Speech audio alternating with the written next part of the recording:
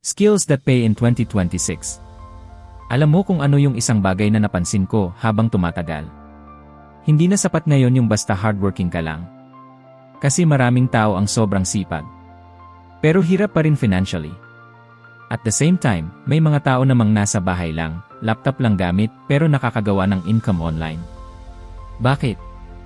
Because of skills. Sa panahon ngayon, skills are becoming more valuable than ever. Especially dito sa Pilipinas kung saan maraming naghahanap ng mas magandang opportunity, extra income, o remote work. And the good news is, hindi mo kailangan maging mayaman para magsimula. Hindi mo rin kailangan graduate sa magandang school.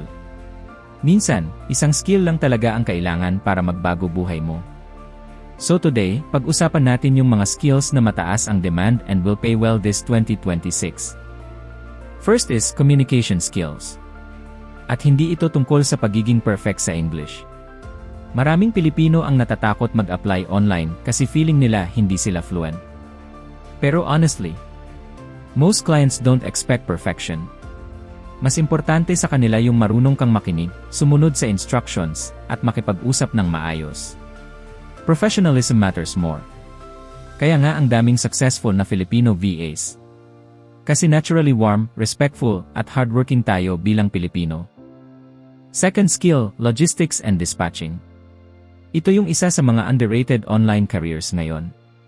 Habang lumalaki ang trucking at e-commerce industry sa US, tumataas din ang demand para sa logistics virtual assistants.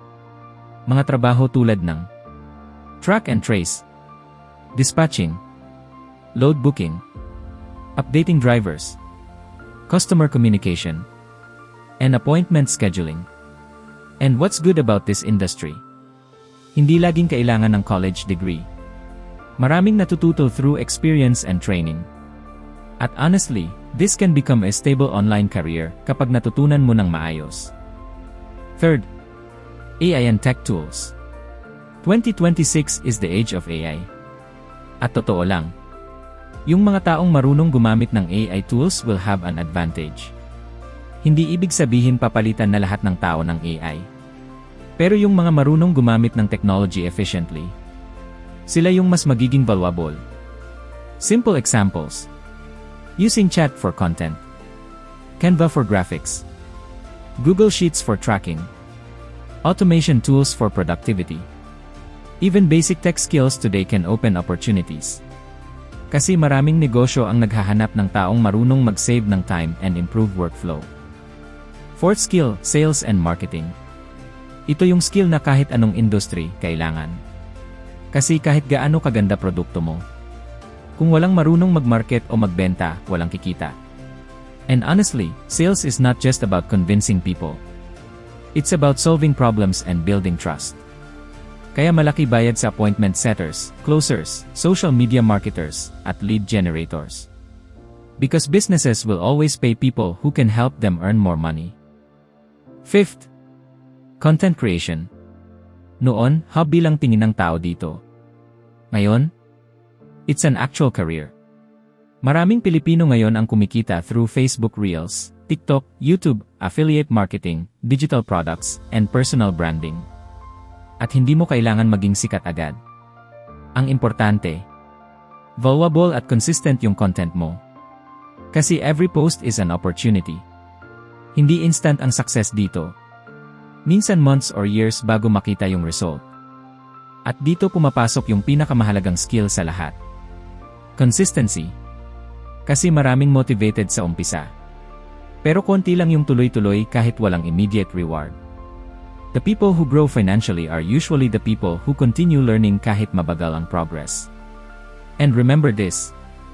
2026 is no longer about who has the highest degree only. It's about who is willing to adapt. Who is willing to learn?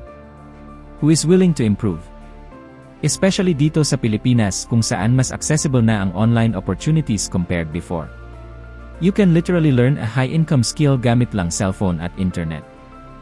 So if you're watching this right now and feeling mo parang stuck ka financially, don't focus only on earning more. Focus on becoming more valuable. Because income usually follows value. One skill can open one opportunity. One opportunity can change your financial situation. And one decision to start learning today can completely change your future. So the question is, what skill are you going to start learning this 2026? Pag nagustuhan mo ang video na to, huwag kalimutan i-like, mag-subscribe at i-click ang notification bell para hindi mo ma-miss ang susunod na videos ng The Christian Couple. See you sa aming sumusunod na content. God bless you.